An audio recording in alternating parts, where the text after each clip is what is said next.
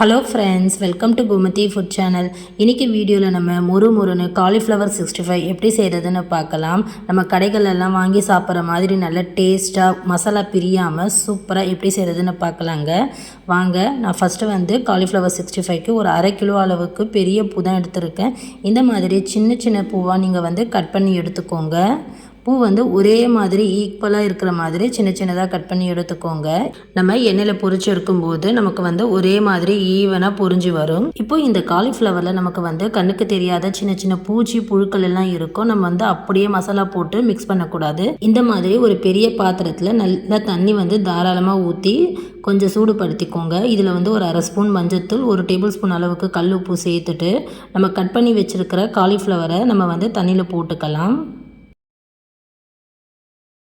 இப்போ நம்ம தண்ணியில் சேர்த்தாச்சு. இதை நல்லா மிக்ஸ் பண்ணிக்கலாம்.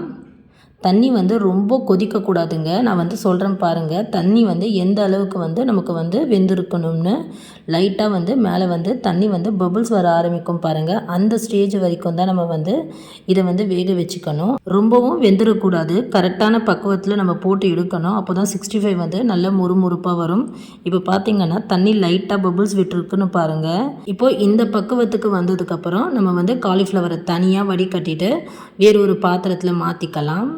ரொம்ப தண்ணியை கொதிக்க விட்டு நீங்கள் காலிஃப்ளவர் வேக வச்சு எடுத்திங்கன்னா காலிஃப்ளவர் 65 ரொம்பவே சாஃப்டாக இருக்கும். இதை கரெக்டாக பார்த்துக்கோங்க. அடுத்ததாக இதுக்கு மசாலா நம்ம போட்டுக்கலாம். நம்ம எதில் மிக்ஸ் பண்ண போகிறோமோ அந்த பாத்திரத்தில் 1 டேபிள் ஸ்பூன் தனி மிளகாய் தூள், 1/4 ஸ்பூன் கரம் மசாலா, கூட 2 டேபிள் ஸ்பூன் அளவுக்கு அரிசி மாவு, இது நான் ஒரு 1/4 கப் அளவுக்கு கார்ன்ஃப்ளவர் மாவு சேர்த்துருக்கேன். அதாவது ஒரு 4 டேபிள் ஸ்பூன் அளவுக்கு நான் சேர்த்துருப்பேன்.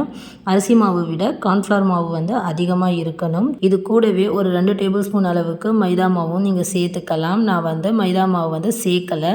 உங்களுக்கு மைதா சேர்க்க விருப்பம் இல்லைன்னா நீங்கள் ஸ்கிப் பண்ணிக்கலாம். கூட 2 டேபிள் ஸ்பூன் கடலை மாவு சேர்த்துக்கோங்க. ஒரு 1/2 ஸ்பூன் உப்பு சேர்த்துட்டு இதை நல்லா மிக்ஸ் பண்ணிக்கலாம். இந்த மாதிரி நம்ம ரெடி பண்ணிவிட்டு ஒரு டப்பாவில் போட்டு ஸ்டோர் பண்ணியும் வைக்கலாம். நீங்கள் 65 செய்யும்போது நீங்கள் இதை போட்டு உடனே மிக்ஸ் பண்ணி உடனே சட்டுன்னு செஞ்சிடலாம். ஃப்ரெண்ட்ஸ், இதை நல்லா மிக்ஸ் பண்ணதுக்கப்புறம் ஒரு 1/2 ஸ்பூன் அளவுக்கு இஞ்சி பூண்டு விழுது சேர்த்துக்கோங்க. தண்ணி மொத்தமாக சேர்த்துடாமல் கொஞ்சம் கொஞ்சமாக தண்ணி சேர்த்துட்டு மிக்ஸ் பண்ணி பார்த்துட்டு நல்லா திக்கான பக்குவத்துக்கு கலந்து எடுத்துக்கோங்க. இப்போ பார்த்திங்கன்னா நல்லா பர்ஃபெக்டாக 65க்கு நம்ம மசாலா மிக்ஸ் பண்ணி எடுத்தாச்சு. இப்போ நம்ம வேக வச்சு எடுத்துருக்கிற காலிஃப்ளவரை நம்ம சேர்த்துக்கலாம். சேர்த்துட்டு நல்லா மிக்ஸ் பண்ணிக்கலாம். இந்த ஸ்டேஜில் நீங்கள் உப்பு காரம் எல்லாமே கரெக்டாக இருக்கான்னு டேஸ்ட் பண்ணி பார்த்துக்கோங்க. அதே போல் உங்களுக்கு மசாலா சரியாக கோட் ஆகாமல் இருந்தால் கூட நீங்கள் எக்ஸ்ட்ரா கார்ன்ஃப்ளவர் மாவு சேர்த்துக்கோங்க. அதாவது நீங்கள் மைதா மாவு 2 டேபிள் ஸ்பூன் நான் சொன்ன மாதிரி தேவைப்பட்டால் நீங்கள் சேர்த்துக்கலாம். அப்படி இல்லைன்னா நீங்கள் கார்ன்ஃப்ளவர் மாவு தான் சேர்த்துக்கணும். அப்போது தான் நல்ல கிறிஸ்பியாக கிடைக்கும். ஃப்ரெண்ட்ஸ், இப்போ பாருங்கள், நம்ம மசாலா சேர்த்துட்டு நல்லா இந்த மாதிரி எல்லா பூலையும் நல்லா கோட் ஆகிற மாதிரி நல்லா மிக்ஸ் பண்ணிக்கோங்க. இப்போ இது உடனே நம்ம பொரிக்கக்கூடாது. அதாவது ஒரு 1/2 மணி நேரமாவது 65 நல்லா ஊறி வரணும். சப்போஸ் நீங்கள் சீக்கிரமாக பொரிச்சு எடுக்கணும்னா ஃப்ரீசரில் ஒரு 15 நிமிஷம் கிட்ட நீங்கள் ஃப்ரீசரில் வச்சிங்கன்னா உடனே நீங்கள் போட்டு பொரிச்சு எடுக்கலாம். அது நல்ல மசாலா கோட்டை வந்துடும்.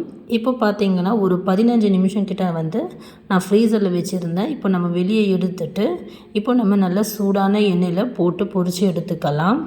அதாவது எண்ணெய் ஃபஸ்ட்டு நல்லா சூடாக இருக்கணும். நல்லா ஹை ஃப்ளேமில் வச்சுக்கோங்க. இப்போ நல்ல சூடான எண்ணெயில் நம்ம காலிஃப்ளவர் 65 போட்டுக்கலாம். அதாவது மொத்தமாக போடாமல் தனித்தனியாக போட்டுக்கோங்க. ஒன்று ஒன்றா இந்த மாதிரி தனித்தனியாக போட்டிங்கன்னா 65 சூப்பராக பொரிஞ்சு வந்துடும்.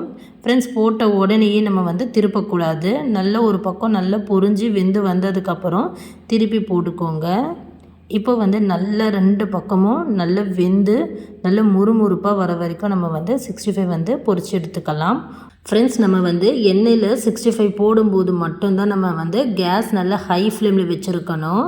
அதுக்கப்புறம் நம்ம மீடியம் ஃப்ளேமில் மாற்றிடணும். அப்போ தான் உள்ள வரைக்கும் காலிஃப்ளவர் நல்லா வெந்திருக்கும். இல்லைன்னா நீங்கள் ஹை ஃப்ளேமில் வச்சுருந்தீங்கன்னா வெளியே நல்ல கிறிஸ்பியாக நல்ல மசாலா கலர் வந்துடும்.